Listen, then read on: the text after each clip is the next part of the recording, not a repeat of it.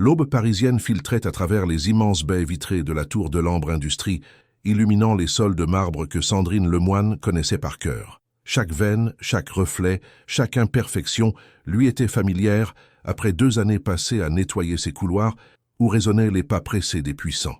À 25 ans, Sandrine avait maîtrisé l'art de l'invisibilité. Ses cheveux châtains toujours tirés en chignon strict, son uniforme gris impeccable, ses gestes précis et silencieux. Tout en elle avait été soigneusement calibré pour passer inaperçu.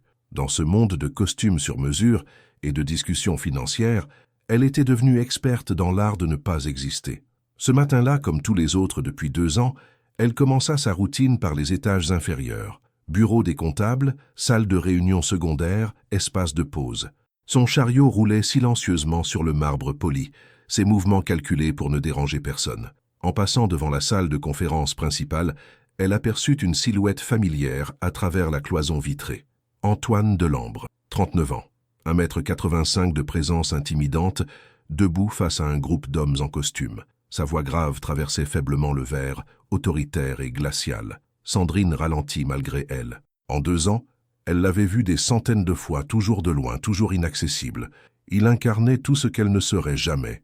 Le pouvoir, l'assurance, la richesse, ses costumes taillés sur mesure, ses gestes calculés, cette façon qu'il avait de dominer une pièce par sa seule présence. Tout en lui respirait un monde auquel elle n'appartiendrait jamais. Elle détourna le regard et continua son chemin. Les puissants n'étaient pas son affaire. Elle avait appris depuis l'enfance à rester à sa place. « Excusez-moi » dit une voix féminine derrière elle. Sandrine se retourna. Une jeune femme élégante en tailleur beige l'observait avec un sourire professionnel. « Vous êtes du service d'entretien ?»« Oui, madame. »« Parfait. J'organise un événement pour monsieur Rousseau, l'un de nos associés. Pourriez-vous nettoyer le salon privé du 35e étage cet après-midi? Il recevra des invités ce soir. »« Bien sûr, madame. » La femme lui tendit une enveloppe crème. « Voici les détails de l'événement, au cas où vous auriez des questions sur l'aménagement. » Sandrine prit l'enveloppe, hocha la tête et continua sa route. Ce n'était qu'un travail supplémentaire, rien d'extraordinaire. Le reste de la journée s'écoula dans sa routine habituelle. 42e étage, le bureau d'Antoine Delambre, toujours vide à 7 heures. Elle nettoyait méthodiquement, respirant discrètement cette odeur masculine de cuir et de bergamote qui imprégnait l'espace. Parfois, elle s'arrêtait devant la photo sur son bureau, une femme âgée au sourire doux, probablement sa grand-mère. En fin d'après-midi, elle prépara le salon privé pour la réception. Des canapés de cuir blanc, des arrangements floraux sophistiqués, un bar en acajou, tout respirait le luxe discret. En terminant, elle remarqua l'enveloppe qu'elle avait posée sur son chariot. Curieuse, elle l'ouvrit pour vérifier qu'elle n'avait rien oublié. Ce qu'elle découvrit la figea sur place. Ce n'étaient pas des instructions de nettoyage, mais un carton d'invitation gravé sur papier crème. « Monsieur Philippe Rousseau a l'honneur de vous inviter à une soirée privée, samedi 15 octobre, 20h, salon privé, Delambre Industrie, tenue de soirée exigée. » Son cœur s'emballa. L'assistante s'était trompée. Cette invitation ne lui était pas destinée. Elle devait être remise à l'un des invités. Une femme de ménage à une soirée de l'élite parisienne? L'idée était absurde. Elle regarda autour d'elle, cherchant à qui rendre l'invitation, mais le bâtiment se vidait déjà. Les derniers employés partaient, pressés de retrouver leur week-end. Sandrine glissa l'invitation dans son sac. Elle la rendrait lundi matin. Mais pendant tout le week-end, l'invitation la hanta. Elle la sortait de son sac, lisait et relisait les mots élégants. Tenue de soirée exigée. Quand avait-elle eu l'occasion de porter une tenue de soirée? Le samedi après-midi, en aidant sa grand-mère Lucille à plier le linge, elle ne put s'empêcher d'en parler. « Grand-mère, à quoi ça ressemble, une soirée mondaine ?» Lucille leva les yeux de ses draps, intriguée par cette question inhabituelle. « Pourquoi cette curiosité, ma chérie? Comme ça. Je me demandais juste, comment vivent les gens riches ?» Lucille s'assit sur le lit, prit les mains de sa petite fille. « Tu sais, Sandrine, quand j'étais jeune, j'ai travaillé comme couturière pour de grandes dames. J'ai vu leurs soirées, leurs robes magnifiques, leurs bijoux. Mais au final, elles avaient les mêmes peurs, les mêmes solitudes que nous. Tu ne regrettes pas de ne jamais avoir eu cette vie? Regretter quoi? J'ai eu ta mère, j'ai eu toi, j'ai eu de l'amour. Les robes du soir, ça ne réchauffe pas le cœur. » Mais Sandrine sentait qu'une part d'elle-même rêvait encore, une part qui n'avait jamais accepté d'être invisible. Le dimanche soir, elle était dans sa petite chambre, regardant l'invitation posée sur sa commode. Demain, elle la rendrait, et tout redeviendrait normal. Elle continuerait à nettoyer les bureaux, à être transparente, à regarder la vie des autres de loin. Mais cette nuit-là, quelque chose changea en elle. Elle se dirigea vers son armoire et sortit le tissu rouge qu'elle gardait depuis des mois.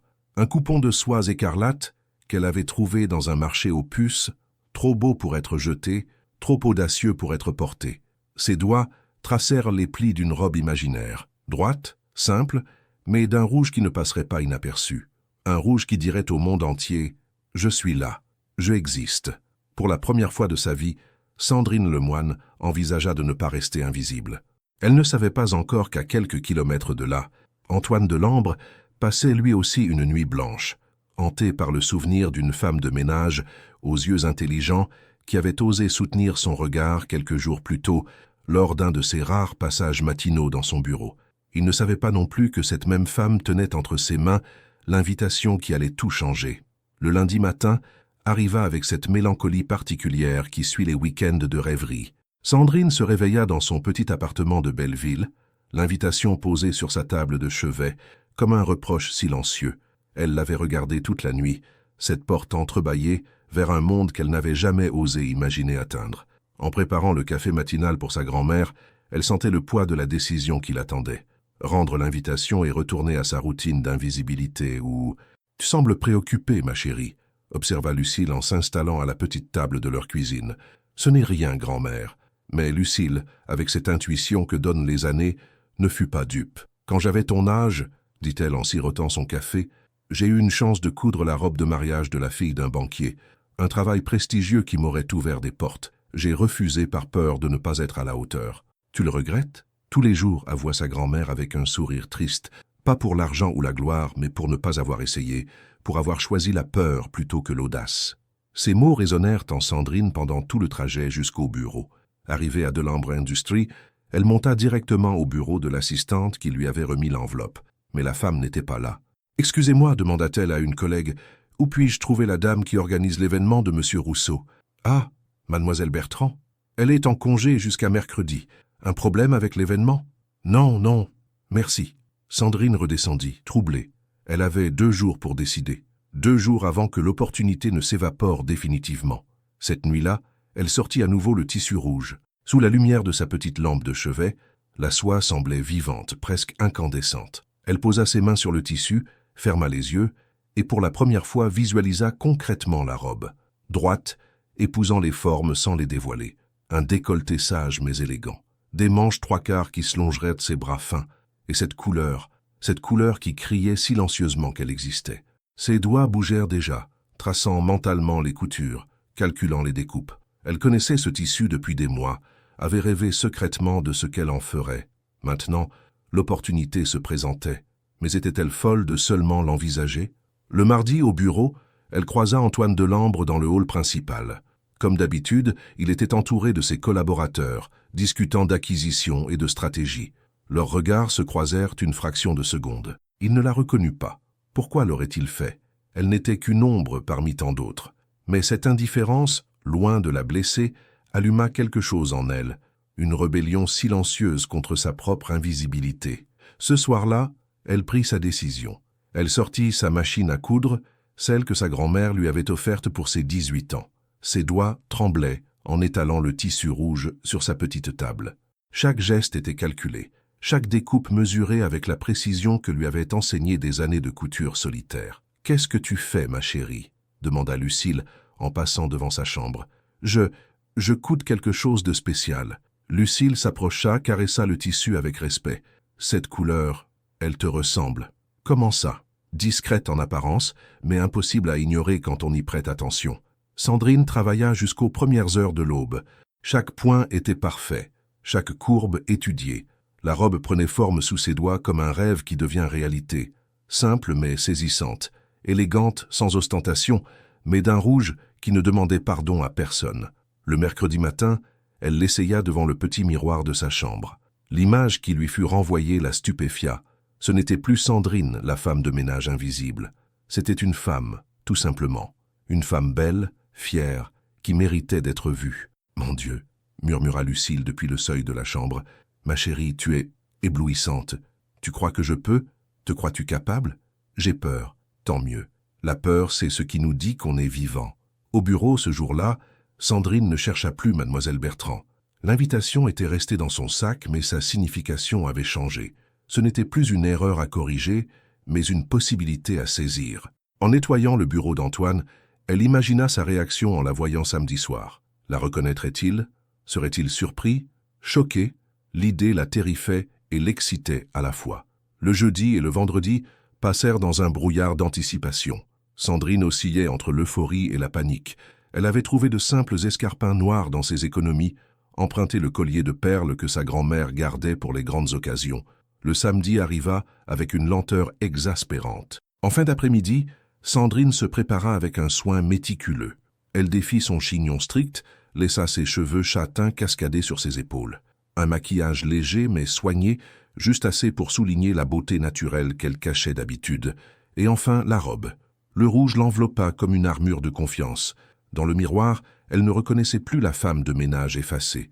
À sa place se tenait Sandrine Lemoine, tout simplement, sans excuse ni justification. « Tu es magnifique », dit Lucille, les larmes aux yeux. « Et si je ne suis pas à ma place ?»« Ma chérie, ta place, c'est là où tu décides d'être. » En quittant l'appartement, le cœur battant, Sandrine ignorait qu'elle s'apprêtait à franchir un point de non-retour. Dans quelques heures, son monde d'invisibilité volerait en éclats, et Antoine Delambre découvrirait qu'on peut passer 2 ans à côtoyer quelqu'un sans jamais vraiment la voir. Le taxi la déposa devant la tour Delambre Industrie. À travers les vitres du 30e étage, elle apercevait les silhouettes élégantes des invités. Son reflet dans les portes vitrées lui renvoya une dernière fois l'image de cette femme en rouge qu'elle avait décidé de devenir. Elle prit une profonde inspiration et poussa la porte. Il était temps d'exister. Le salon privé du 35e étage baignait dans une lumière dorée, les lustres de cristal projetant 1000 éclats sur les invités élégants qui évoluaient dans un ballet mondain parfaitement orchestré. L'élite parisienne était là, banquiers, industriels, politiques, tous vêtus de leurs plus beaux atours, parlant d'acquisition et de stratégie entre 2 gorgées de champagne millésimées. Sandrine franchit le seuil et sentit immédiatement tous les regards converger vers elle. Pas par reconnaissance, personne ne pouvait l'identifier, mais par cette fascination instinctive qu'exerce la beauté inattendue. Le rouge de sa robe tranchait avec l'océan de noir et de marine qui dominait l'assistance, créant un contraste saisissant qui coupait le souffle. Elle avança lentement, chaque pas calculé malgré son cœur qui battait la chamade. Les conversations se faisaient plus feutrées sur son passage. Les murmures d'admiration masculine et de curiosité féminine l'accompagnaient. Qui était cette inconnue? D'où venait-elle? « Excusez-moi », dit une voix masculine derrière elle. Sandrine se retourna et se retrouva face à un homme d'une 50aine d'années, distingué, au sourire chaleureux. « Philippe Rousseau », se présenta-t-il. « Je suis l'hôte de cette soirée. Je ne crois pas avoir eu le plaisir. »« Sandrine », répondit-elle simplement, troublée de mentir par omission. « Enchantée, Sandrine. Vous êtes éblouissante. Puis-je vous offrir du champagne ?» Elle accepta d'un hochement de tête, encore stupéfaite d'être traitée comme une invitée légitime. Rousseau lui tendit une flûte de cristal, et elle remarqua la façon dont son regard s'attardait sur elle avec une admiration non dissimulée. « Vous travaillez dans quelle branche ?» demanda-t-il. « La mode », improvisa-t-elle. « Je dessine. » Ce n'était pas tout à fait un mensonge. Elle dessinait, même si c'était dans la solitude de sa chambre. « Formidable. J'ai justement un ami qui... » Mais la voix de Rousseau se perdit dans un brouhaha soudain. Un homme venait d'entrer dans le salon et son apparition avait créé une onde de choc silencieuse parmi l'assemblée. Antoine Delambre. Il portait un smoking noir parfaitement coupé qui soulignait sa prestance naturelle. Ses cheveux bruns étaient impeccablement coiffés, sa barbe soigneusement taillée. Mais c'est son regard qui frappa Sandrine, ce gris orage qu'elle connaissait si bien, balayant la salle avec cette autorité froide qui lui était habituelle. « Ah, Antoine !» s'exclama Rousseau. « Parfait timing. Laissez-moi vous présenter. » Mais quand Antoine se tourna vers eux, ses yeux se posèrent sur Sandrine, et le monde sembla s'arrêter. L'expression d'Antoine changea instantanément. La froideur professionnelle fit place à quelque chose de plus primitif, de plus troublant. Ses yeux gris s'assombrirent, parcourant la silhouette de Sandrine avec une intensité qui la fit frissonner. Il y avait dans ce regard quelque chose qu'elle n'avait jamais vu, du désir pur, non filtré. « Antoine Delambre », dit-il d'une voix rauque en lui tendant la main. « Sandrine », répondit-elle, et quand leurs doigts se touchèrent, une décharge électrique traversa tout son être. Antoine ne lâcha pas sa main immédiatement. Ses yeux restaient rivés aux siens, comme s'il essayait de percer un mystère. Y avait-il une lueur de reconnaissance? Sandrine n'aurait su le dire. « Vous êtes magnifique », dit-il finalement, et le compliment sonnait comme un aveu arraché malgré lui. Rousseau, témoin de cette tension palpable, sourit discrètement. « Sandrine travaille dans la mode, Antoine. Vous devriez discuter, vous avez tous deux un goût exquis. »« En effet, » murmura Antoine, son regard ne quittant toujours pas Sandrine. « Accepteriez-vous de danser avec moi ?» La question l'a pris au dépourvu. Un petit orchestre jouait en sourdine dans un coin du salon et quelques couples évoluaient sur l'espace dégagé. « Oui, » balbutia-t-elle. Antoine lui offrit son bras et ils se dirigèrent vers la piste de danse. Quand il posa sa main sur sa taille, Sandrine sentit ses jambes se dérober. Elle connaissait cette main, l'avait vue tenir des stylos, tourner les pages de contrat, mais jamais elle n'avait imaginé qu'elle puisse un jour la toucher. Ils dansèrent en silence, leur corps trouvant naturellement le rythme. Antoine la guidait avec une assurance déconcertante, et Sandrine se laissait porter hypnotisée par la proximité de cet homme qu'elle avait observé de loin pendant 2 ans. « Vous sentez familier ?» dit-il soudain, la voix troublée. Le cœur de Sandrine s'arrêta. L'avait-il reconnu? « Vraiment ?» répondit-elle, tentant de garder un ton léger. « Votre parfum... Non, ce n'est pas ça. Quelque chose d'autre. » Il la fit tourner, et quand elle revint dans ses bras, son visage était plus proche du sien. Leurs souffles se mêlaient, l'air entre eux vibrait de tension. « D'où venez-vous » demanda-t-il. « De Paris » répondit-elle évasivement. « Non, je veux dire, d'où venez-vous vraiment? Quelle est votre histoire ?» La sincérité de sa question la désarma. Dans ses yeux, elle ne lisait plus l'autorité du PDG, mais la curiosité vulnérable d'un homme face à une femme qui l'intriguait. « Et vous » retourna-t-elle. « Quelle est-ce la vôtre ?» Antoine sourit, un vrai sourire, le premier qu'elle lui voyait. « Touché. Disons que nous sommes tous les deux mystérieux. » La musique s'arrêta, mais ils restèrent enlacés quelques secondes de trop, perdus dans le regard de l'autre. Ce fut l'arrivée d'un groupe d'invités qui brisa le charme. « Antoine, mon vieux !» s'exclama un homme ventru en s'approchant. « Qui est cette ravissante créature ?» D'autres hommes les rejoignirent, formant un cercle autour de Sandrine. Leurs regards appréciateurs, leurs compliments appuyés, leurs tentatives de conversation la mettaient mal à l'aise. Mais ce qui la frappa le plus, ce fut la transformation d'Antoine. Son visage s'était durci, ses mâchoires serrées. Il observait ces hommes qui gravitaient autour de Sandrine avec une colère froide qu'il tentait mal de dissimuler. Quand l'un d'eux osa poser sa main sur le bras nu de Sandrine, Antoine fit un pas en avant. « Je crois que Sandrine a soif », dit-il d'une voix coupante. « Excusez-nous. » Il prit fermement le bras de Sandrine et l'entraîna vers le bar, loin du groupe. Sa poigne était possessive, protectrice, et quelque chose dans cette attitude fit naître un frisson délicieux le long de la colonne vertébrale de Sandrine. « Ces hommes vous dérangent » demanda-t-il, et dans sa voix perçait une note dangereuse. « Ils étaient juste polis. »« Polis » répéta Antoine avec un rire amer. « Sandrine, ces hommes vous dévorent des yeux comme si vous étiez... comme si vous leur appartiez. » Le possessif dans sa voix était indéniable maintenant. Sandrine le regardait, fascinée par cette perte de contrôle chez l'homme le plus maîtrisé qu'elle connaissait. « Et en quoi cela vous concerne-t-il » demanda-t-elle doucement. Antoine se figea, comme s'il venait de réaliser ce qu'il avait dit. Ses yeux se rivèrent aux siens et elle y lut une lutte intérieure féroce. « Je ne sais pas, avoua-t-il, troublé. Mais l'idée que ces hommes vous touchent, vous regardent comme ça me rend fou. » Cette confession, arrachée dans un moment de sincérité brute, électrisa l'air entre eux. Antoine venait de révéler quelque chose de primordial, de viscéral, quelque chose qui ressemblait dangereusement à de la jalousie. « Antoine, ne dites rien » murmura-t-il en se rapprochant. « Pas maintenant. » Sa main effleura sa joue et Sandrine ferma les yeux sous la caresse. Quand elle les rouvrit, Antoine la regardait avec une intensité qui la consumait. « Qui êtes-vous vraiment » murmura-t-il. « Pourquoi ai-je l'impression de vous connaître depuis toujours ?» Sandrine sentait le poids de la vérité sur ses lèvres. Lui dire qui elle était, briser cette magie, ou continuer cette danse dangereuse entre l'identité et le mensonge. « Peut-être que certaines connexions transcendent la logique, » répondit-elle finalement.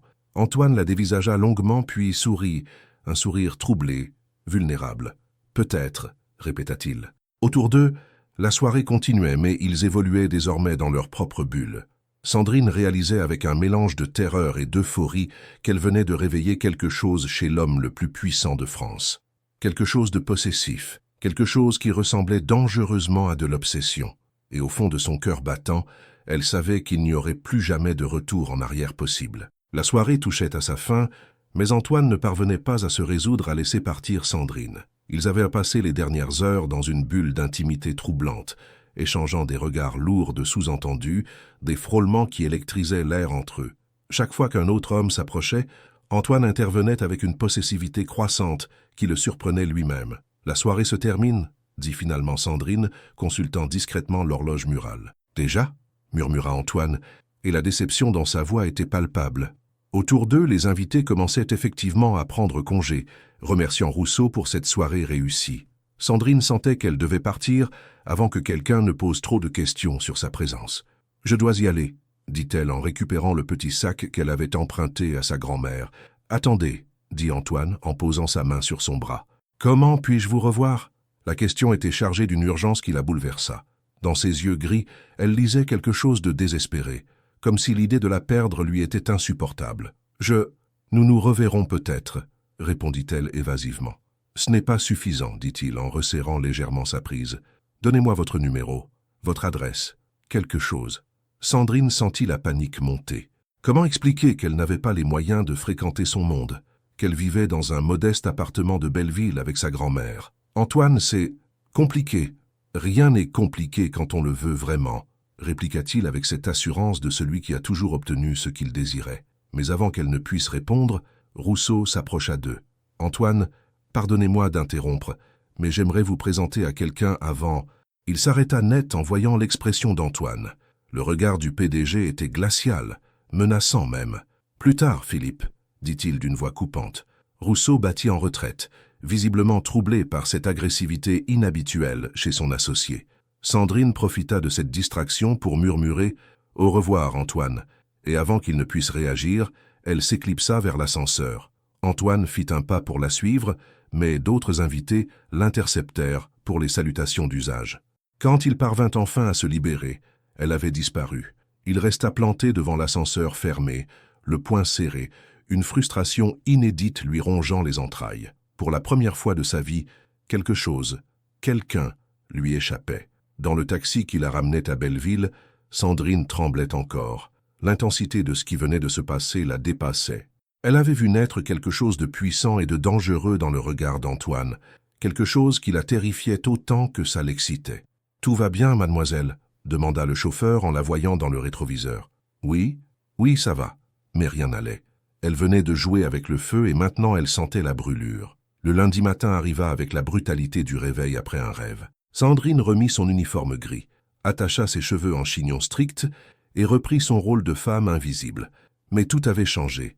En arrivant à la tour de l'Ambre Industrie, elle sentit immédiatement une différence dans l'atmosphère. Les employés semblaient agités, chuchotaient entre eux avec une excitation inhabituelle. « Tu as vu le patron ce matin ?» disait une secrétaire à sa collègue dans l'ascenseur. « Il est d'une humeur massacrante, pire qu'avant la fusion avec les Anglais. Il a viré 2 assistants depuis 8 heures. Et tu as vu comme il scrute tous les couloirs, comme s'il cherchait quelqu'un. » Le cœur de Sandrine s'emballa. La cherchait-il? Au 42e étage, elle hésita devant le bureau d'Antoine. D'habitude, il était vide à cette heure. Mais aujourd'hui, elle entendait sa voix à travers la porte, tendue, autoritaire. « Je me fiche de vos excuses. Cette présentation était un désastre. Vous avez 24 heures pour me présenter quelque chose de correct ou vous dégagez. » Un homme sortit précipitamment du bureau, le visage livide. Sandrine se plaqua contre le mur pour ne pas être vue, mais elle aperçut Antoine dans l'embrasure de la porte. Il avait l'air épuisé, les traits tirés, comme s'il n'avait pas dormi. Ses cheveux d'ordinaire parfaitement coiffés étaient légèrement ébouriffés, sa cravate desserrée. Et dans ses yeux, elle lut une frustration profonde, une agitation qu'elle n'avait jamais vue. Il regardait dans le couloir, scrutant chaque visage, cherchant quelqu'un qui n'était pas là. Sandrine recula silencieusement et attendit qu'il referme sa porte pour commencer son travail. Mais toute la matinée, elle sentait sa présence comme une tension électrique dans l'air. À midi, alors qu'elle nettoyait les bureaux du 30e étage, elle entendit son nom. « Sandrine! Sandrine quelque chose !» Elle se figea, la voix venait du bureau de Rousseau. Elle s'approcha discrètement et entendit la conversation à travers la porte entrebâillée. « Je te dis qu'elle s'appelait Sandrine, disait Rousseau. Grande, brune, absolument magnifique en rouge. Tu ne l'as pas lâchée de la soirée. »« Sandrine comment ?» demandait Antoine, et l'urgence dans sa voix était palpable. Aucune idée. Elle a dit travailler dans la mode. Je pensais que tu la connaissais, vu comme vous étiez proches. Elle a disparu avant que je puisse avoir ses coordonnées. Antoine, mon vieux, qu'est-ce qui t'arrive? Tu es obsédé par cette fille depuis samedi. Obsédé. Le mot résonna dans l'esprit de Sandrine comme un gong. Tu n'as jamais ressenti ça, Philippe? Cette connexion instantanée? Comme si quelqu'un réveillait quelque chose en toi que tu ne savais même pas endormi. Mon Dieu, tu es vraiment touché. Écoute, je peux faire quelques recherches discrètes. Demander à mes contacts dans la mode. Fais-le, trouve-la. Sandrine recula, le cœur battant. Antoine la cherchait. Activement, désespérément. Le reste de la semaine fut un supplice. Antoine était partout et nulle part à la fois. Elle l'entendait donner des ordres pour qu'on recherche une certaine Sandrine, travaillant peut-être dans la mode. Il passait ses appels personnels à scruter les réseaux sociaux, les annuaires professionnels. Il était devenu imprévisible, colérique, exigeant. Ses employés marchaient sur des œufs, mais Sandrine voyait ce que les autres ne voyaient pas, la vulnérabilité derrière la colère, le désespoir derrière l'autorité. Le jeudi, alors qu'elle nettoyait son bureau en son absence, elle trouva sur sa table plusieurs photos imprimées. Des photos d'elle, prises le soir de la soirée, floues, prises de loin, mais indéniablement elle. Sur l'une d'elles, on la voyait danser avec Antoine, leur visage si proche qu'on aurait dit qu'ils s'embrassaient. Une note manuscrite était agrafée. Aucune identification possible. Recherches en cours. Sandrine réalisa l'ampleur de ce qu'elle avait déclenché. Antoine Delambre, l'homme le plus puissant de France, mobilisait des ressources pour la retrouver. Et elle était là, à quelques mètres de lui, invisible. Le vendredi soir, en partant, elle le croisa dans le hall. Il parlait au téléphone, visiblement agacé. « Non, je ne veux pas rencontrer d'autres femmes, je veux retrouver elle. Comment c'est possible qu'une femme disparaisse comme ça dans Paris ?» Il raccrocha violemment et leva les yeux. Leurs regards se croisèrent une fraction de seconde.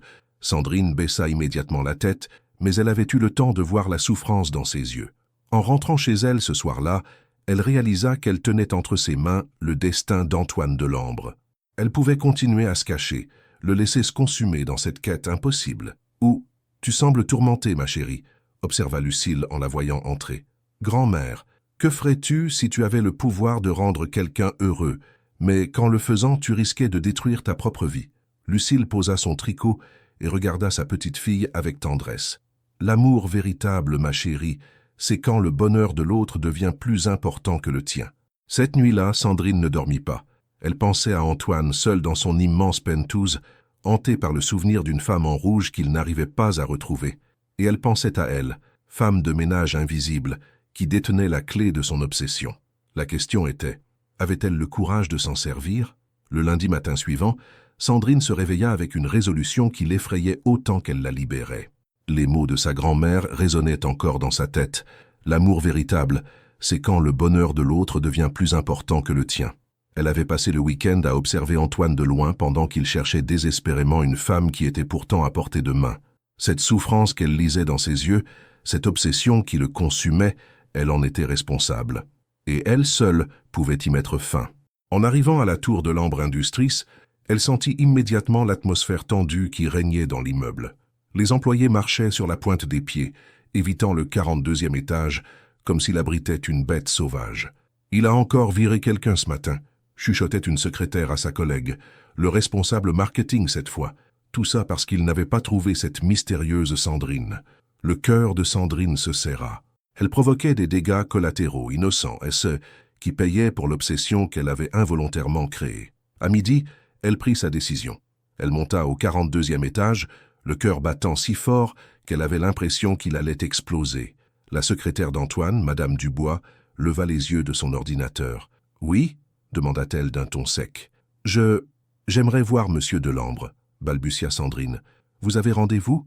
Parce que sans rendez-vous... » « Non, mais c'est personnel, très personnel. » Madame Dubois l'observa avec suspicion.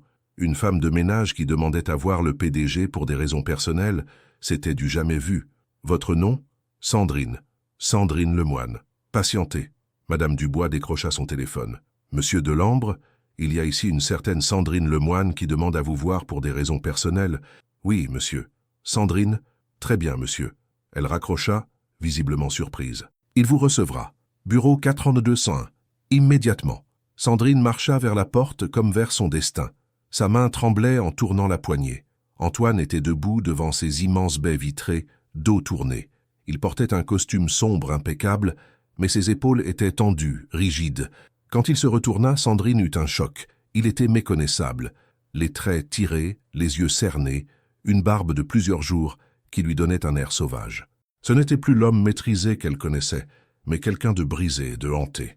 « Sandrine Lemoine, dit-il d'une voix rauque. Enfin, il s'approcha d'elle lentement, l'observant avec une intensité troublante. Ses yeux gris scrutaient chaque détail de son visage, cherchant quelque chose qu'il n'arrivait pas à saisir. « C'est vous, n'est-ce pas ?»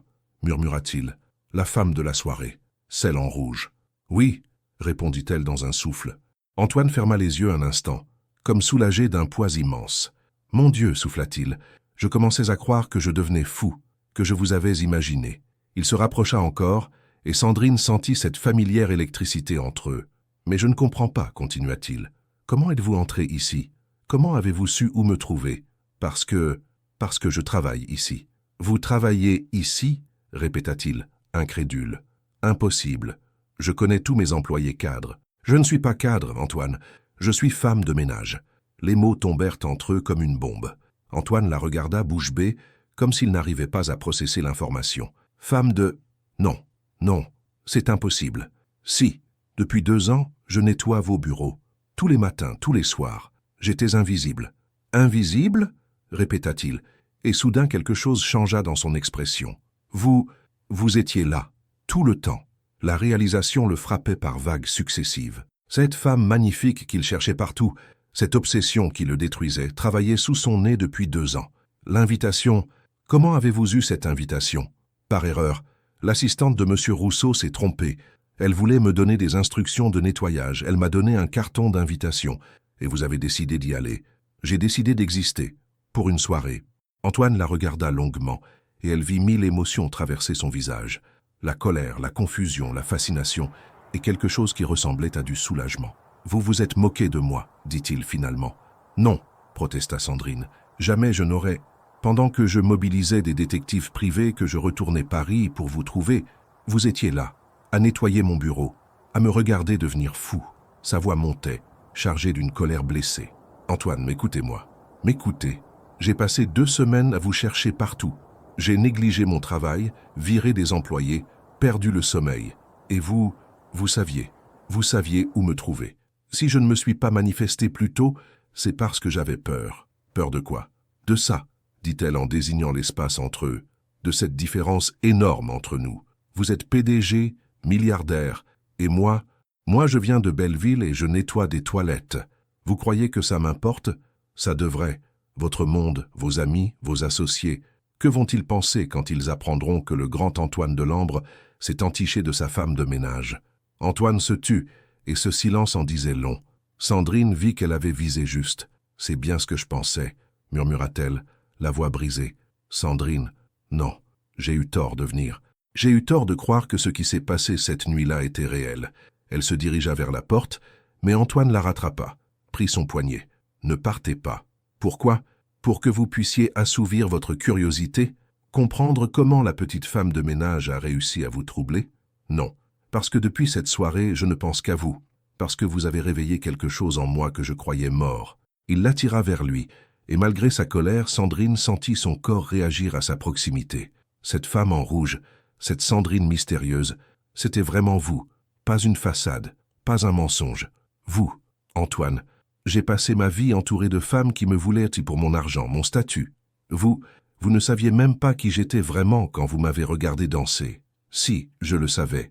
Je vous observais depuis 2 ans. Cette révélation le troubla visiblement. Vous m'observiez, comme on observe une étoile, de très loin en sachant qu'on ne pourra jamais l'atteindre. Antoine prit son visage entre ses mains, plongea son regard dans le sien. Et maintenant vous savez que vous pouvez me toucher. Il se pencha vers elle, et leurs lèvres se frôlèrent dans un baiser tendre, chargé de toute la frustration et le désir accumulé. Quand ils se séparèrent, Sandrine avait les larmes aux yeux. « Qu'est-ce qu'on fait maintenant ?» murmura-t-elle. « Maintenant, dit Antoine en caressant sa joue, nous arrêtons de nous cacher. Et votre monde, vos associés, mon monde s'adaptera, ou changera. » Mais même en prononçant ces mots, Antoine savait que les vraies difficultés ne faisaient que commencer. car aimer une femme de ménage quand on est PDG d'un empire industriel, c'était déclarer la guerre aux conventions, aux préjugés et aux intérêts de ceux qui gravitaient autour de lui. Il ne savait pas encore à quel point cette guerre serait cruelle. Les jours qui suivirent la révélation furent un tourbillon d'émotions contradictoires pour Sandrine et Antoine. Il avait tenu parole. Ils avaient cessé de se cacher, mais la réalité de leur situation s'imposait avec une brutalité qu'aucun des deux n'avait anticipée. Le mercredi matin, Sandrine arriva au bureau pour découvrir qu'elle avait été réaffectée. Plus de nettoyage aux étages supérieurs. Elle était désormais cantonnée au sous-sol et aux espaces de service. Le message était clair sans être dit.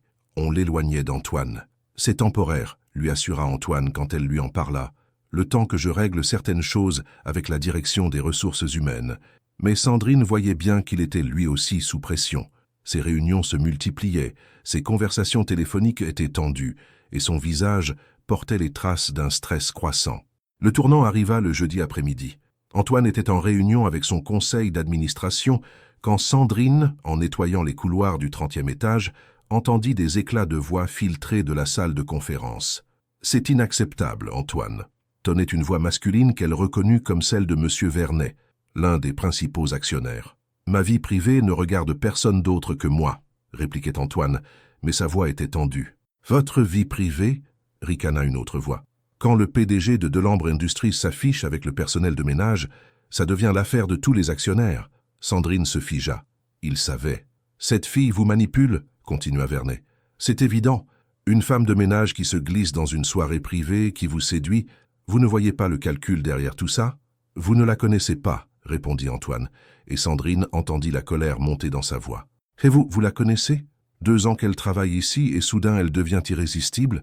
Réfléchissez, Antoine. Cette fille a tout planifié. Vous délirez. Vraiment ? Alors expliquez-nous comment une simple employée a réussi à entrer dans une soirée privée ? Comment elle a su exactement comment vous séduire ? Et maintenant, elle refuse de signer l'accord de confidentialité que nous lui avons proposé. Cette dernière information frappa Sandrine comme une gifle. Un accord de confidentialité ?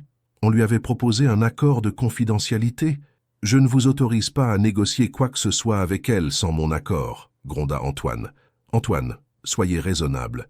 Cette femme peut détruire votre réputation, et par extension celle de l'entreprise. Les journaux auraient un festin avec cette histoire. Le PDG milliardaire et sa femme de ménage. Vous imaginez les gros titres ? Un silence lourd s'installa. Sandrine sentit son cœur se briser, en imaginant Antoine en train de réaliser l'ampleur du problème qu'elle représentait. « Que proposez-vous » demanda-t-il finalement, et sa voix était devenue glaciale. « Une compensation financière généreuse, une mutation dans une autre entreprise du groupe à l'étranger, et un accord de non-divulgation strict. Vous voulez l'acheter et l'exiler. Nous voulons protéger l'entreprise, et vous protéger de vous-même. » Sandrine n'en entendit pas davantage. Elle s'éloigna en titubant, le cœur brisé. Ainsi donc, pour l'entourage d'Antoine, elle n'était qu'une opportuniste à neutraliser. Le soir même, elle rentrait chez elle quand Antoine l'intercepta dans le hall de son immeuble.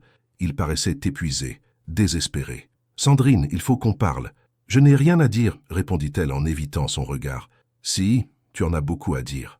Et moi aussi. » Il la suivit jusqu'à son appartement.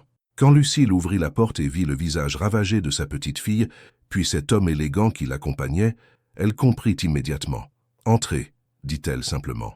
Ils s'installèrent dans le petit salon. Antoine visiblement mal à l'aise dans cet environnement modeste mais chaleureux. Lucille servit le thé en silence, observant cet homme qui avait bouleversé la vie de sa petite fille. « J'ai entendu votre réunion aujourd'hui », dit finalement Sandrine. Antoine ferma les yeux. « Sandrine, ils veulent me payer pour que je disparaisse. Et vous avez demandé combien ? J'ai demandé de quoi ils parlaient. Je n'étais au courant de rien. Mais vous avez écouté leurs propositions. Vous n'avez pas raccroché. Vous n'avez pas quitté la salle. Parce que je voulais savoir jusqu'où ils iraient. Parce que je voulais comprendre à quoi nous allions faire face. » Sa véhémence surprit Sandrine. Antoine se leva, arpenta le petit salon. « Tu crois que c'est facile pour moi ? Tu penses que ça m'amuse de voir mes propres associés traiter la femme que j'aime comme une marchandise ? La femme que tu aimes, » répéta Sandrine, incrédule. Antoine s'arrêta, la regarda droit dans les yeux. « Oui, je t'aime. Je suis tombé amoureux de toi cette nuit-là et chaque jour depuis, je tombe un peu plus. » Lucille, qui était restée silencieuse jusque-là, posa sa tasse. « Monsieur Delambre, dit-elle d'une voix douce mais ferme. Aimer ma petite fille, c'est bien. Mais êtes-vous prêt à vous battre pour elle? Grand-mère, murmura Sandrine. Non, ma chérie. Cette question doit être posée. Cet homme dit t'aimer, mais est-il prêt à affronter son monde pour toi? Ou va-t-il céder à la première pression? Antoine regarda cette femme âgée avec respect. Il reconnaissait en elle la sagesse et la force qui avaient forgé Sandrine. Madame, avec votre permission, j'aimerais épouser votre petite-fille. Le silence qui suivit cette déclaration fut assourdissant. Sandrine le regardait, bouche bée. M'épouser? Balbutia-t-elle. Oui, devant Dieu et devant les hommes. Que tout le monde sache que tu es ma femme, ma compagne, mon égale. Antoine, tu ne réalises pas ce que ça implique. Si, je réalise. Ça implique de perdre peut-être des associés, des amis, des contrats. Mais ça implique surtout de gagner la seule chose qui compte vraiment, une vie avec toi. Lucille souriait maintenant, les larmes aux yeux. Voilà la réponse à ma question, dit-elle. Il est prêt à se battre. Mais votre entreprise, vos actionnaires, insista Sandrine. Mon entreprise survivra. Les vrais associés resteront. Et si ce n'est pas le cas, j'en créerai une nouvelle, avec toi à mes côtés. Antoine s'agenouilla devant elle, prit ses mains dans les siennes. Sandrine Lemoine, veux-tu m'épouser? Veux-tu affronter ce monde hostile avec moi? Veux-tu me prouver que l'amour peut triompher de tout? Sandrine regarda cet homme qui était prêt à tout sacrifier pour elle, puis elle regarda sa grand-mère, qui l'encourageait du regard. Oui, murmura-t-elle, oui, je veux t'épouser. Antoine la souleva dans ses bras, la fit tournoyer dans le petit salon. Pour la première fois depuis des jours, ils riaient tous les deux. Mais par la fenêtre, ni l'un ni l'autre ne vit la silhouette discrète qui les observait depuis la rue. Un homme en costume sombre qui prit plusieurs photos avant de disparaître dans la nuit. La guerre que redoutait Antoine venait de commencer, et leurs ennemis n'avaient pas dit leur dernier mot. Le lendemain matin, Sandrine se réveilla avec un sentiment mêlé d'euphorie et d'appréhension. La demande en mariage d'Antoine résonnait encore dans ses oreilles comme un rêve devenu réalité, mais elle pressentait que leurs épreuves ne faisaient que commencer. Elle ne se trompait pas. En descendant acheter des croissants pour le petit déjeuner, elle découvrit sa photo en première page de France Dimanche. Le milliardaire et la Cendrillon, mariage de l'année ou scandale du siècle. L'article était venimeux, détaillant sa vie misérable à Belleville, son stratagème pour infiltrer la soirée privée, et même des photos de son appartement prises de la rue. Pire encore, ils avaient interrogé d'anciens collègues qui la décrivaient comme ambitieuse et prête à tout. Les mains tremblantes, elle acheta tous les exemplaires disponibles et remonta chez elle en courant. « Ma chérie, qu'est-ce qui se passe ?» demanda Lucille en voyant son état. Sandrine étala les journaux sur la table. Sa grand-mère parcourut les gros titres, le visage grave. « Ça, ils t'attaquent, dit-elle simplement. Ils détruisent tout. Regarde, ils disent que je suis une opportuniste, que j'ai manipulé Antoine, que notre histoire n'est qu'un calcul. » Son téléphone sonna. Antoine. « Sandrine, ne lis pas les journaux aujourd'hui. Trop tard. Je suis désolé, je ne pensais pas qu'ils agiraient si vite, si brutalement. C'est l'œuvre de tes associés, n'est-ce pas ?» Antoine ne répondit pas immédiatement, ce qui était une réponse en soi. « Je vais les détruire pour ça, dit-il finalement, et la rage dans sa voix était palpable. Antoine, non. Plus tu te battras contre eux, plus ils s'acharneront sur moi. Alors quoi? On abandonne, on les laisse gagner. Je ne sais pas, avoua-t-elle, la voix brisée. Je ne sais plus rien. Quelques heures plus tard, Antoine débarqua chez elle avec une valise et l'air déterminé d'un homme qui a pris une décision irrévocable. « Qu'est-ce que tu fais ?» demanda Sandrine en le voyant poser sa valise dans l'entrée. « Je viens vivre ici, avec toi, avec ta grand-mère. Antoine, tu es fou. Tu ne peux pas... » « Si, je peux, et je vais le faire. S'ils veulent une guerre médiatique, ils vont l'avoir. Mais cette fois, je serai à tes côtés. » Lucille, depuis son fauteuil, observait la scène avec un mélange d'inquiétude et d'admiration. « Monsieur Delambre, dit-elle, vous êtes sûr de ce que vous faites? Cet appartement n'a rien à voir avec votre penthouse des Champs-Élysées. Madame Lemoine, la seule chose qui m'importe, c'est d'être avec votre petite-fille. Le reste n'a aucune importance. » Mais la réalité se rappela rapidement à eux. Le téléphone d'Antoine ne cessait de sonner. Collaborateurs paniqués, associés furieux, journalistes en quête de déclaration. Chaque coup de fil était une nouvelle crise à gérer. « Antoine Delambre, ici Juliette Moreau de Paris Match. J'aimerais avoir votre version de cette histoire d'amour. Monsieur Delambre, le cours de vos actions a chuté de 12% depuis ce matin. Antoine, c'est Philippe. Il faut qu'on parle. Vernet menace de retirer ses capitaux. En fin d'après-midi, la situation était devenue intenable.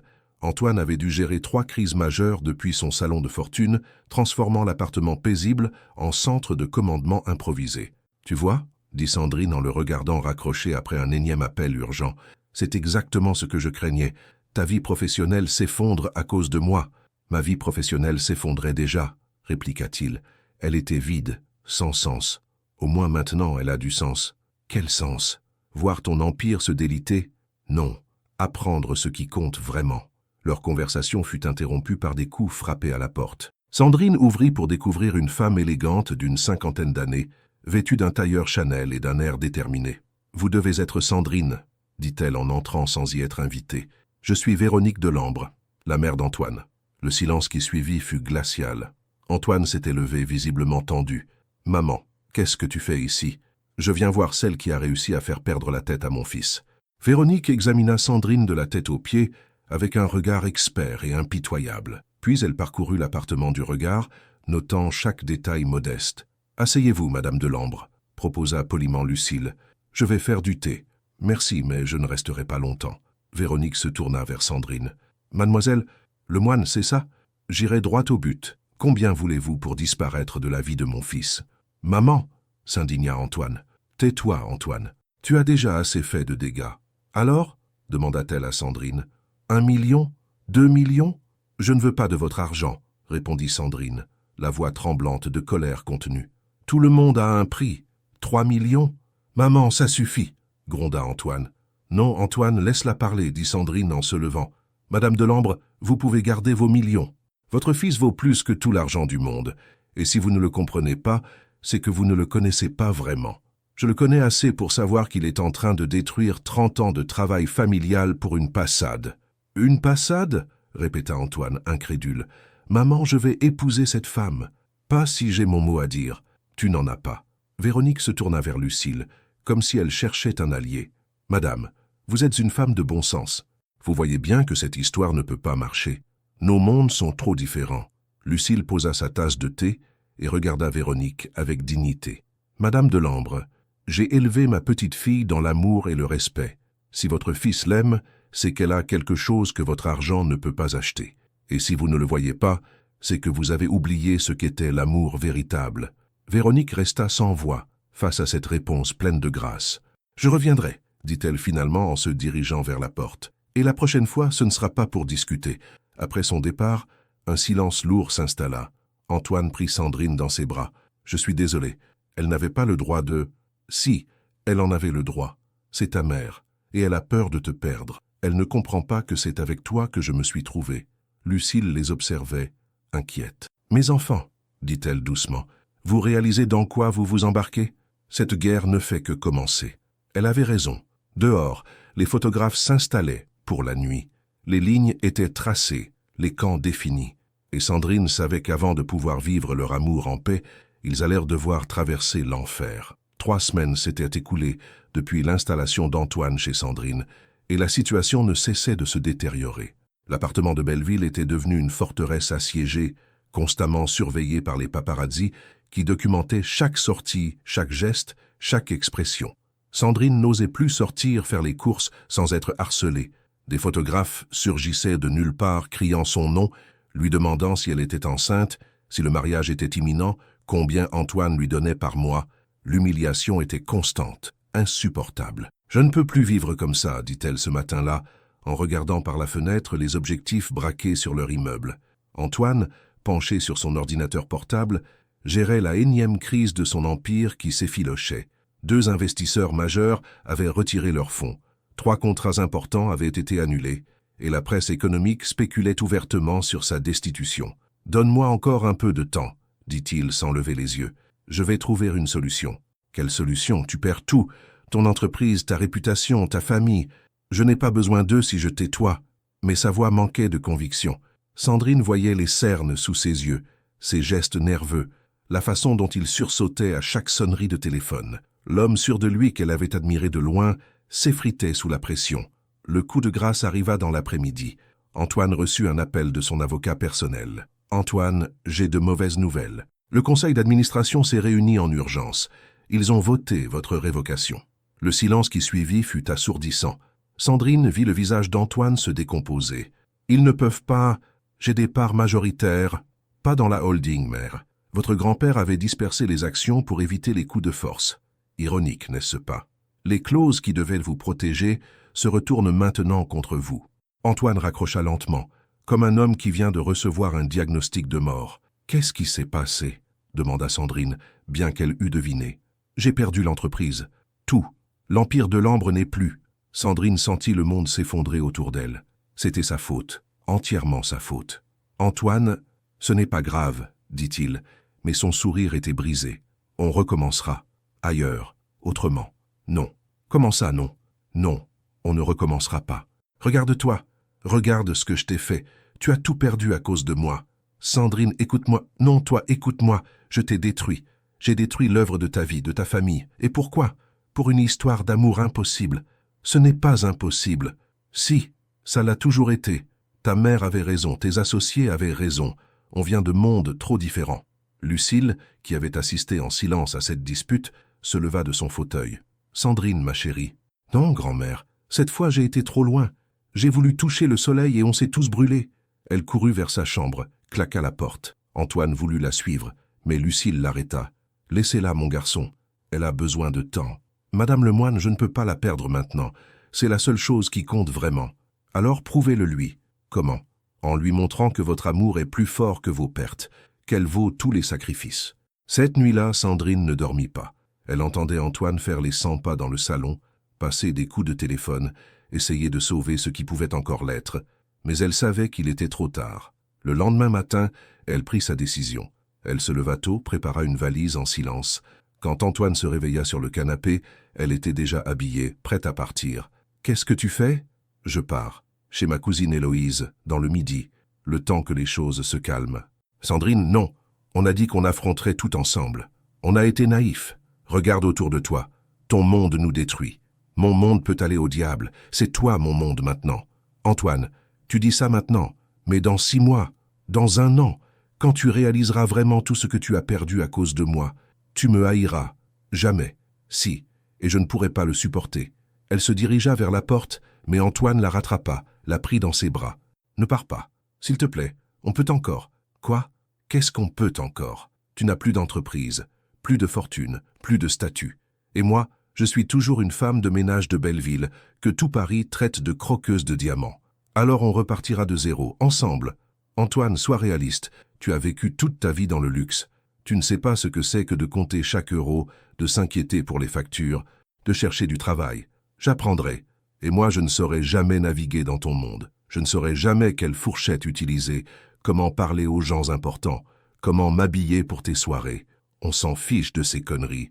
Non, Antoine, on ne s'en fiche pas, parce que ce sont ces conneries qui font qui nous sommes. » Lucille sortit de sa chambre, attirée par leurs éclats de voix. « Mes enfants, grand-mère, dis-lui qu'on ne peut pas lutter contre la réalité. » Lucille regarda sa petite fille, puis Antoine, et soupira profondément. « Sandrine, ma chérie, rappelle-toi ce que je t'ai dit sur l'amour véritable. L'amour ne suffit pas toujours, grand-mère. Non, il ne suffit pas. Mais l'abandon non plus. Qu'est-ce que tu veux dire? Je veux dire que vous êtes tous les deux en train de fuir. Toi, tu fuis la peur de ne pas être assez bien. Et lui, il fuit la peur de tout reconstruire. Ce n'est pas vrai, protesta Antoine. Si, mon garçon, vous avez tous les deux peur. Et la peur, ça se combat ensemble, pas séparément. Sandrine regarda sa grand-mère, puis Antoine, les larmes aux yeux. Je ne sais pas si je suis assez forte. Alors laisse-moi l'être pour nous deux, dit Antoine en prenant ses mains. Le temps qu'on trouve notre équilibre. Et si on n'y arrive pas, alors au moins on aura essayé, vraiment essayé. Sandrine hésita, la valise à la main, l'avenir suspendu à sa décision. Dehors, les photographes attendaient, prêts à documenter son départ comme une victoire de la réalité sur les rêves. « D'accord, » murmura-t-elle finalement. « Encore un essai, mais cette fois, on fait les choses différemment. » « Comment ça? » « Cette fois, on se bat intelligemment, ensemble. Et on commence par reprendre le contrôle de notre histoire. » Antoine sourit pour la première fois depuis des jours. « Qu'est-ce que tu proposes? On va leur donner un spectacle qu'ils n'oublieront jamais. Mais cette fois, ce sera notre spectacle. » Le regard de Sandrine avait changé. La femme effrayée avait laissé place à une guerrière déterminée. Elle venait de comprendre que pour sauver leur amour, il ne fallait plus fuir le combat. Il fallait le mener. Le plan de Sandrine était audacieux et risqué, mais c'était précisément ce qu'il fallait pour renverser la situation. Après des semaines à subir les attaques, ils allaient enfin prendre l'offensive. Tu es sûr de vouloir faire ça ?» demanda Antoine pour la 3e fois ce matin-là. « Plus sûr que de tout ce que j'ai fait dans ma vie », répondit Sandrine en ajustant sa robe rouge. La même que celle de la soirée, celle qui avait tout commencé. Il se tenait devant l'entrée de l'hôtel Plaza Athénée, où se déroulait le gala de charité le plus couru de Paris. L'élite économique et politique de France était réunie dans ces salons dorés, exactement les personnes qui avaient orchestré leur chute. « Souvenez-vous, » dit Lucile, en arrangeant une dernière fois la veste d'Antoine, « vous n'allez pas mendier leur pardon, vous allez leur montrer qui vous êtes vraiment. » Antoine porta la main de la vieille dame à ses lèvres. « Merci pour tout, Madame Lemoine. Sans vous, sans moi, rien du tout. C'est votre amour qui vous a mené jusque-là. Maintenant, allez le montrer au monde. » Ils franchirent les portes du palace sous les flashs des photographes. Mais cette fois, au lieu de fuir, ils s'arrêtèrent, sourirent, posèrent. Antoine tenait fièrement le bras de Sandrine et elle rayonnait à ses côtés. « Mademoiselle Lemoine !»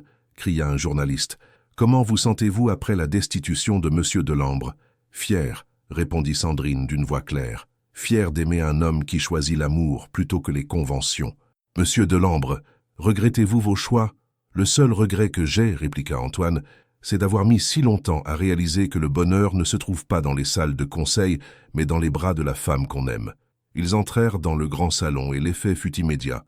Les conversations se turent, tous les regards convergèrent vers eux. Sandrine sentit son cœur s'accélérer, mais elle garda la tête haute. « Courage !» murmura Antoine à son oreille. « Je n'ai plus peur !» répondit-elle, et c'était vrai.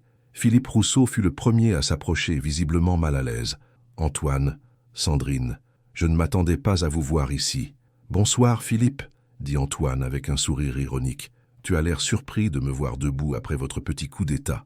Antoine, tu sais que je n'étais pas d'accord avec... Épargne-moi tes regrets, Philippe. Ils arrivent un peu tard. » Véronique Delambre apparut soudain à leur côté, élégante et glaciale dans sa robe de soirée noire. « Antoine, Mademoiselle Lemoine, maman, je ne pensais pas que tu aurais l'audace de paraître ici ce soir, après tout ce qui s'est passé. Au contraire, maman, c'est exactement le bon endroit pour clarifier certaines choses. » Véronique jeta un regard méprisant à Sandrine. « J'espère que vous êtes satisfaite, mademoiselle. Vous avez détruit l'œuvre de 3 générations. »« Non, Madame Delambre, » répliqua Sandrine avec une dignité qui surprit l'assemblée. « J'ai révélé à votre fils ce qu'était l'amour véritable. Ce que vous avez détruit, c'est votre propre famille. » Un murmure parcourut les invités qui s'étaient rapprochés pour ne rien perdre de la confrontation. « Comment osez-vous ? J'ose parce que j'ai appris qu'on ne doit jamais avoir honte d'aimer.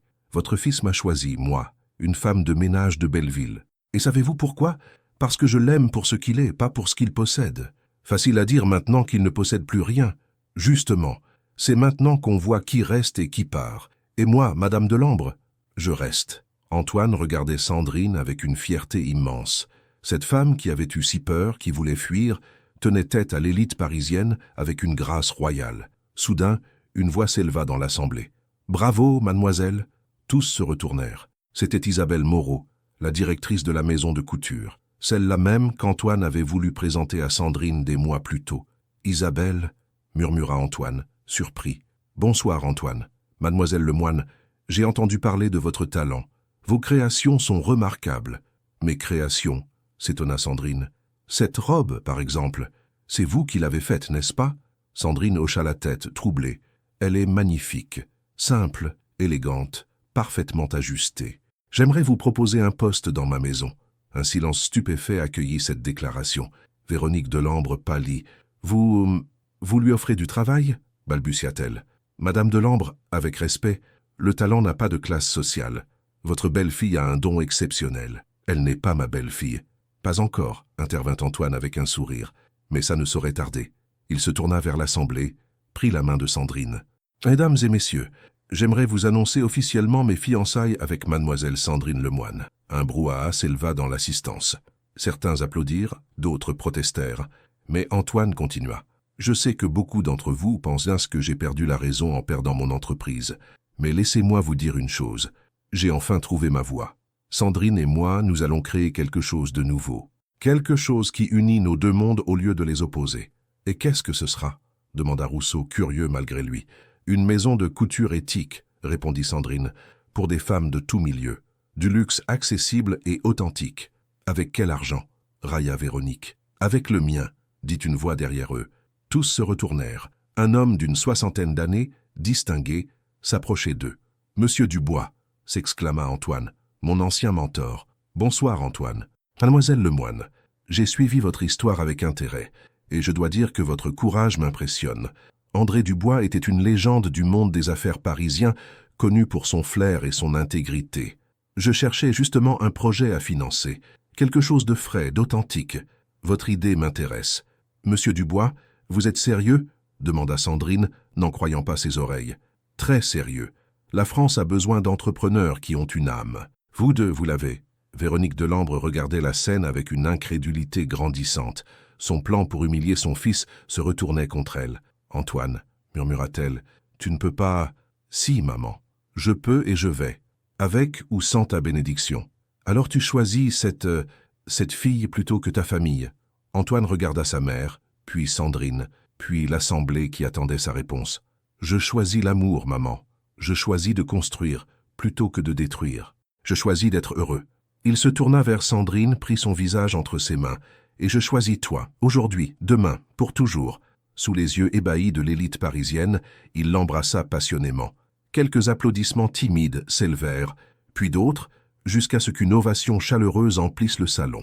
Même Véronique Delambre, malgré elle, ne put s'empêcher d'admirer la beauté de cette scène. « Ils ont gagné », murmura Rousseau à Vernet. « Ça non », répliqua ce dernier en regardant Antoine et Sandrine rayonnant. « Ils ont juste prouvé qu'on s'était trompé. » En sortant de l'hôtel ce soir-là, main dans la main, Antoine et Sandrine savaient qu'ils venaient de remporter bien plus qu'une bataille. Ils avaient reconquis leur dignité, leur fierté et leur avenir. Le plus beau restait à venir. 6 mois plus tard, le soleil de juin caressait la campagne française, transformant les vignobles en océans dorés. Dans le petit village de Provence où Antoine avait grandi avec sa grand-mère Marguerite, une cérémonie se préparait qui allait marquer l'histoire de 2 familles, de 2 mondes enfin réconciliés.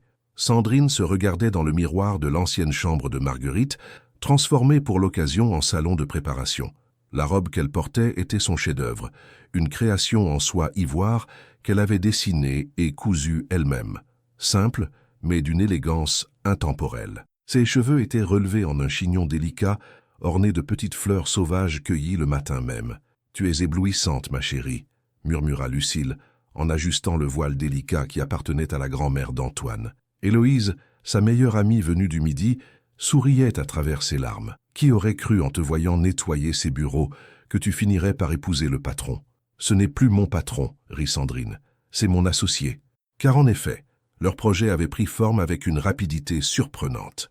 La maison Lemoine & Delambre avait ouvert ses portes 3 mois plus tôt dans un élégant atelier du 7e arrondissement. Sandrine créait, Antoine gérait, et ensemble, ils avaient révolutionné l'idée du luxe accessible. Leur création, portée par l'histoire d'amour qui les avait inspirés, rencontrait un succès foudroyant. « Il est temps », annonça Isabelle Moreau qui était devenue bien plus qu'une mentor, une véritable amie. Sandrine descendit l'escalier de la vieille maison en pierre, son cœur battant d'émotion et d'anticipation. Dans le jardin, une 50aine d'invités étaient rassemblés. Des amis d'Antoine et Sandrine, quelques anciens collègues restés fidèles, André Dubois et sa femme, et même Philippe Rousseau qui s'était excusé sincèrement pour son rôle dans la crise. Mais la présence qui touchait le plus Sandrine était celle de Véronique Delambre assise au premier rang. Après des mois de résistance, la mère d'Antoine avait fini par reconnaître la qualité de Sandrine et l'évidence de leur amour. Leur réconciliation avait été lente, parfois douloureuse, mais authentique. Lucille prit le bras de sa petite fille pour la conduire jusqu'à l'hôtel improvisé sous les platanes centenaires. Ses yeux brillaient de fierté et d'émotion. « Grand-mère Marguerite aurait adoré cette journée », murmura-t-elle. « Elle est là », répondit Sandrine en regardant vers le ciel. « Je le sens. » Au bout de l'allée fleurie, Antoine l'attendait. Il portait un costume de lin beige qui lui donnait une élégance décontractée. Et quand il vit Sandrine s'avancer vers lui, son visage s'illumina d'un bonheur pur. À côté de lui se tenait Julien, le comptable qui était devenu un ami cher et qui avait accepté d'être son témoin. « Mon Dieu !» murmura Antoine quand Sandrine arriva à sa hauteur. « Tu es parfaite. Nous sommes parfaits, » corrigea-t-elle en prenant sa main. Le maire du village, un vieil ami de la famille Delambre, ouvrit la cérémonie avec des mots simples et chaleureux sur l'amour qui unit les différences, plutôt que de les creuser. « Antoine Delambre, demanda-t-il, acceptez-vous de prendre pour épouse Sandrine Lemoine, dans la joie comme dans l'épreuve, dans la richesse comme dans la pauvreté ?»« J'accepte, répondit Antoine d'une voix ferme, en regardant Sandrine dans les yeux. Et j'ai déjà vécu les deux avec elle. C'est avec elle que tout a du sens. Sandrine Lemoine, acceptez-vous de prendre pour époux Antoine Delambre, dans la joie comme dans l'épreuve, dans la richesse comme dans la pauvreté? J'accepte, répondit Sandrine, la voix tremblante d'émotion. Il m'a appris que l'amour véritable ne connaît pas de frontières. Antoine sortit l'alliance qu'il avait choisie, un anneau simple en or blanc, orné d'un petit diamant modeste mais pur, exactement ce qui lui ressemblait. « Sandrine, dit-il en passant l'anneau à son doigt, tu m'as sauvé de moi-même. Tu m'as appris que le plus grand luxe, c'est d'être aimé pour ce qu'on est vraiment. Je promets de t'aimer, de te respecter, de construire avec toi un monde où nos différences deviennent notre force. » Sandrine prit à son tour l'alliance d'Antoine. « Antoine, tu m'as révélé que j'avais le droit de rêver grand, d'exister pleinement. Tu m'as appris que l'amour, c'est choisir chaque jour de grandir ensemble. Je promets de t'aimer dans tes certitudes comme dans tes doutes, de bâtir avec toi un avenir qui nous ressemble. Par les pouvoirs qui me sont conférés, déclara solennellement le maire, je vous prononce mari et femme. Vous pouvez embrasser la mariée. » Antoine prit le visage de Sandrine entre ses mains et l'embrassa avec une tendresse infinie, sous les applaudissements chaleureux de l'assemblée. Quand ils se séparèrent, ils avaient tous deux les larmes aux yeux. « Madame Delambre, murmura-t-il. « J'aime le son de ces mots, répondit-elle en souriant. La réception se déroula dans une atmosphère de joie pure. Véronique s'approcha du couple pendant le cocktail, visiblement émue. « Antoine, Sandrine, je vous dois des excuses. J'ai eu tort de vous juger, de vouloir vous séparer. Maman, non, laisse-moi finir.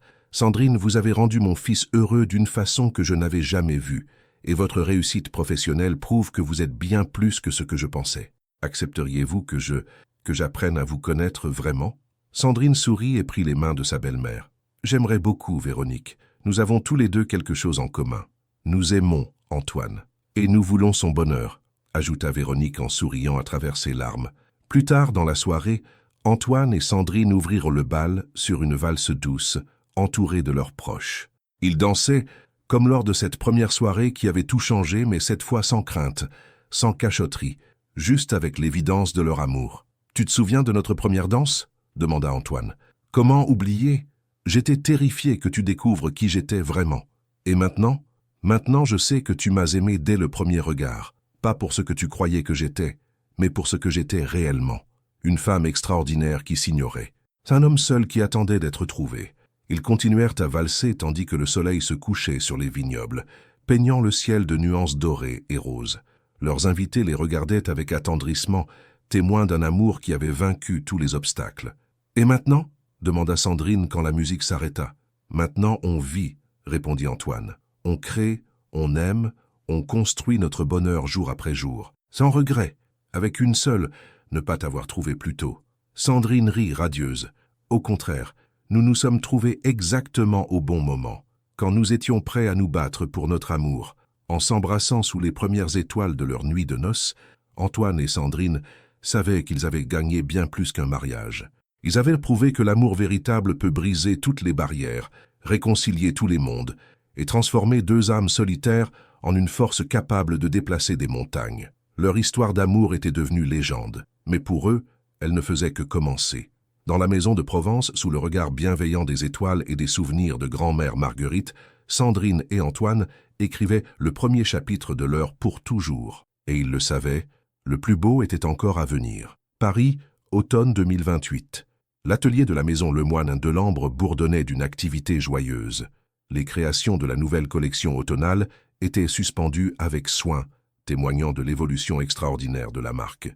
Ce qui avait commencé comme un rêve fou était devenu l'une des maisons de couture les plus respectées de Paris, alliant luxe et accessibilité avec une éthique irréprochable. Sandrine, désormais âgée de 30 ans, supervisait les derniers ajustements d'une robe de mariée destinée à une cliente pas comme les autres, une jeune femme de Belleville qui avait économisé pendant des mois pour s'offrir une création, le moine en Delambre. C'était exactement la philosophie de leur maison, rendre la beauté accessible à toutes les femmes. « Madame Delambre, » dit timidement la jeune mariée, « je n'arrive pas à croire que je porte une de vos créations. Appelez-moi Sandrine, » sourit-elle en ajustant délicatement l'ourlet. « Et croyez-moi, cette robe vous va comme si elle avait été pensée pour vous. » Sandrine avait gardé cette simplicité, cette chaleur humaine qui faisait le charme de leur marque. Malgré le succès, malgré les couvertures de magazines et les commandes de célébrités, elle restait la même femme qui avait osé porter une robe rouge pour exister. Antoine entra dans l'atelier, portant dans ses bras une petite fille de 3 ans aux cheveux châtains et aux yeux gris perçants. Marguerite Delambre, leur fille, était le parfait mélange de ses parents, la détermination de sa mère et le charme de son père. « Papa !» s'écria l'enfant en voyant Sandrine. « Maman fait des robes de princesse. »« Oui, ma chérie, » répondit Antoine en embrassant sa femme. « Maman fait de toutes les femmes des princesses. Même grand-mère Lucille, surtout grand-mère Lucille. » Lucille, maintenant âgée de 85 ans, coulait une retraite heureuse dans un appartement plus spacieux que Sandrine et Antoine lui avaient offert. Elle passait ses journées à garder sa petite arrière-fille et à raconter à qui voulait l'entendre comment sa Sandrine était devenue une grande dame sans jamais renier ses origines. « Comment s'est passée la visite chez le pédiatre ?» demanda Sandrine en prenant Marguerite dans ses bras. « Parfaitement. Notre fille est en pleine forme et j'ai une surprise pour toi. » Antoine sortit une enveloppe de sa poche avec un sourire mystérieux. « Qu'est-ce que c'est ? Ouvre !» Sandrine déchira l'enveloppe et en sortit une lettre officielle. Ses yeux s'écarquillèrent en lisant. « Antoine, c'est l'officialisation de ta nomination comme chevalier de l'Ordre des Arts et des Lettres. Pour ton travail en faveur de l'égalité sociale dans la mode française. » Sandrine resta sans voix. De la femme de ménage invisible à chevalier de l'Ordre des Arts et des Lettres, le chemin parcouru semblait irréel. « Je suis fière de toi, » murmura-t-elle, les larmes aux yeux. « Nous sommes fiers l'un de l'autre, » corrigea Antoine, car lui aussi avait trouvé sa voie. Loin des luttes de pouvoir et des intrigues financières, il s'épanouissait dans ce rôle d'entrepreneur social qui lui permettait de donner du sens à ses compétences. Leur entreprise employait maintenant 50 personnes, dont beaucoup venaient de milieux défavorisés et finançait des programmes de formation pour les jeunes des quartiers populaires. « Papa, maman, regardez !» cria Marguerite en pointant vers la vitrine. Dehors, une limousine noire s'arrêtait.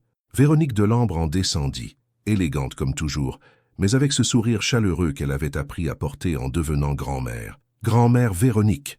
s'écria Marguerite en courant vers la porte. La transformation de Véronique avait été l'une des plus belles surprises de ces 5 années. De belle-mère réticente, elle était devenue une grand-mère gâteuse et une alliée précieuse pour l'entreprise, mettant ses relations au service de causes qui lui tenaient maintenant à cœur. « Bonjour mes chéris !» dit-elle en embrassant sa petite fille puis Sandrine et Antoine. « Je viens vous annoncer une excellente nouvelle. » « Laquelle ? » La Fondation Delambre-Lemoine vient de recevoir un don extraordinaire pour financer l'ouverture d'une école de couture à Belleville. « Qui a fait ce don ?» demanda Sandrine intriguée. Véronique sourit malicieusement. « Disons qu'il y a des gens qui ont mis du temps à comprendre leur erreur, mais qui veulent maintenant la réparer. Philippe Rousseau et même Vernet ont contribué généreusement. » Antoine et Sandrine échangèrent un regard amusé. Leurs anciens opposants cherchaient maintenant à racheter leur conscience en finançant leurs projets sociaux. « Et ce n'est pas tout, » continua Véronique. « J'ai une autre surprise. Elle sortit un magazine de son sac, l'édition française de Vogue, page 127. » Sandrine ouvrit le magazine et découvrit un article de 6 pages sur leur histoire intitulé « 5 ans après, l'amour qui a changé la mode française ». Les photos les montraient dans leur atelier, avec Marguerite, rayonnant et authentique. Ils parlent de vous comme du couple qui a révolutionné l'industrie de la mode. Et savez-vous ce qu'ils disent de votre histoire d'amour ? Quoi ? Qu'elle a inspiré une nouvelle génération d'entrepreneurs à croire que la réussite et les valeurs ne sont pas incompatibles. Ce soir-là, après avoir couché, Marguerite, Sandrine et Antoine se retrouvèrent sur la terrasse de leur appartement parisien, contemplant les lumières de la ville. Ils avaient gardé cette habitude de leur début difficile, se retrouver en tête-à-tête pour faire le bilan de leur bonheur. « Tu te souviens de cette nuit où tu as voulu partir ?» demanda Antoine en la serrant contre lui. « J'avais peur qu'on ne survive pas aux épreuves. Et maintenant je sais qu'on est plus forts ensemble que séparés. Nos épreuves nous ont construits. Regret quelque chose ? Seulement d'avoir eu si peur au début. J'aurais dû faire confiance plus tôt à ce qu'on vivait. » Antoine caressa ses cheveux, respira son parfum familier. « Tu sais ce que me disait ma grand-mère Marguerite ? Dis-moi, que les plus belles histoires d'amour sont celles qui commencent par un malentendu et finissent par une évidence. » Elle avait raison. Notre malentendu, c'était de croire qu'on venait de mondes incompatibles. Et notre évidence, que l'amour véritable crée son propre monde. Ils restèrent silencieux, bercés par les bruits de Paris, cette ville qui avait été témoin de leur rencontre, de leur lutte, de leur triomphe. « Antoine ? Oui, je t'aime. Encore plus qu'au premier jour. Moi aussi. Et tu sais ce qui est le plus beau? Quoi? C'est qu'on n'a fait qu'effleurer notre bonheur. Il nous reste toute une vie pour l'approfondir. Sous les étoiles parisiennes, Sandrine et Antoine savouraient cette certitude. Ils avaient non seulement survécu à leurs différences, ils l'avaient transformée en force créatrice. Leur amour était devenu bien plus qu'une histoire personnelle. C'était devenu un symbole d'espoir pour tous ceux qui croient encore que l'amour peut vaincre les préjugés. Et quelque part, dans un petit appartement de Belleville, une jeune fille regardait les photos de Sandrine dans Vogue et se disait qu'elle aussi un jour aurait le courage d'oser porter sa robe rouge. L'histoire continuait, portée par d'autres rêves, d'autres audaces, d'autres amours impossibles qui n'attendaient qu'un instant de courage pour devenir éternels. Fin. Et vous, avez-vous déjà eu le courage de porter votre robe rouge? Comme Sandrine a osé sortir de l'invisibilité et conquérir l'impossible, nous avons tous des moments dans la vie où nous devons choisir entre rester dans notre zone de confort ou tout risquer pour nos rêves. Quelle a été ou serait votre robe rouge? Ce moment de courage qui a changé ou pourrait complètement transformer votre vie? Racontez-nous dans les commentaires votre histoire de transformation ou le rêve que vous n'avez pas encore eu le courage de poursuivre. Votre expérience peut inspirer d'autres personnes à oser être vues elles aussi. Votre participation sur la chaîne est très importante. S'il vous plaît, laissez votre opinion dans les commentaires. Merci d'avoir regardé. Vos réactions sont très importantes pour notre travail. Laissez-nous un commentaire pour nous dire ce que vous pensez et d'où vous regardez. N'oubliez pas de vous abonner à la chaîne et d'activer les notifications pour ne rien manquer. Votre participation est très importante pour la poursuite de notre travail, alors partagez-la avec ceux qui aimeront cette histoire.